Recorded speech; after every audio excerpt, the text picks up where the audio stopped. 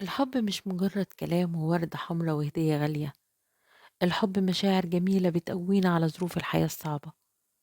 الحب قطرة ندى بتروي قلوبنا في أيام التعب والوجع. الحب مشاعر صافية وقلوب دافية بتدي للحياة معنى.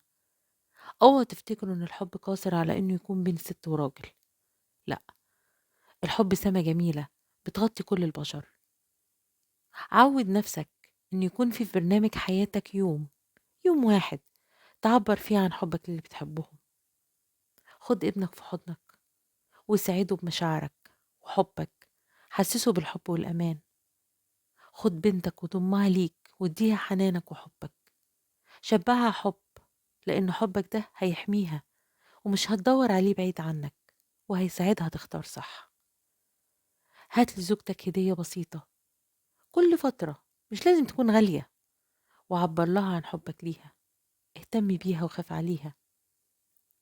جدد المشاعر بينكم اللي بردت بسبب هموم الحياة ومشاكلها. ساعدها في اليوم ده في أعبائها وشيل عنها. حسسها بالفعل إنك سعيد معاها وبتحبها، وإنك سند وأمان ليها. فاجئي زوجك من وقت للتاني بحاجة بيحبها، وحسسيه إنك فاكراه وإنه مهم في حياتك. كلم صاحبك القريب ليك واطمن عليه، وحسسه إنك دايما معاه. زور أختك وحسسها بحبك واهتمامك وحنانك عليها، لأن إحساسها بوجودك جنبها هيفرحها وهيحسسها بالأمان.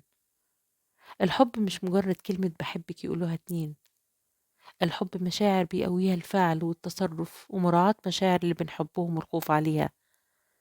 الحب دنيا جميلة، لو سادت بين الناس هتبقى الحياة جنة رغم كل متاعبها. الحب مش رفاهية ولا حاجة تافهة ممكن نستغنى عنها. الحب مش بندفع فيه فلوس، لكن أثره علينا غالي جدا. الحب نسمة ولحظة بننسى فيها همومنا.